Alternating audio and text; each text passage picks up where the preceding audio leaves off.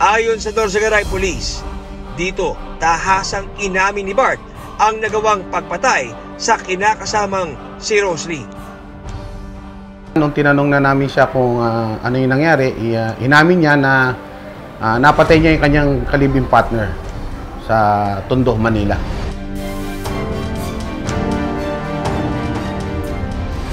Inaamin ko na po yung nagawa kong krimen. Napatay ko po yung kinakasama ko. Saan nangyari to? Sa Manila po.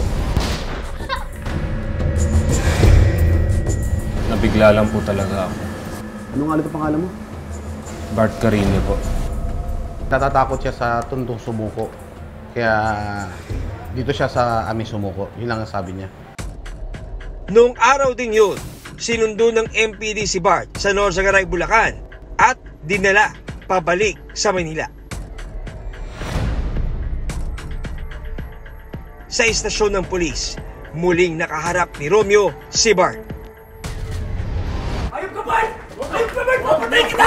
Papatay kita! Ba't pinatay mo yung kapatid ko? Ayop ka! Nasa palinto ko kayo, sir. Punong-puno pa rin ang galit mo. Nung nandun nga kami sa homicide, nagkukunwari siyang umiiyak, ma'am. Parang nananadya lang siya na ganun-ganun yung mukha niya, ma'am. Talagang napamura na ako sa homicide. Ba't pinatay mo yung kapatid ko? Ayop ka! Sinaulo ka! Papatay ka na! Ayon kay Romeo, tikom ang bibig ni Bart nang makaharap niya ito sa police station.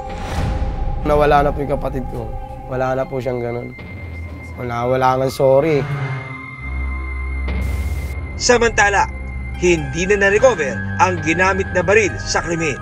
Hindi na siya na-recover ng personnel ng homicide section o ng Rahabaga Police Station. Dahil itinapon na daw niya, di umano itong baril pagkatapos niyang gawin ng krimen. May probability na 38 kasi walang basyo. So hindi namin masiro kung anong baril. Hindi kami pwedeng mag-close.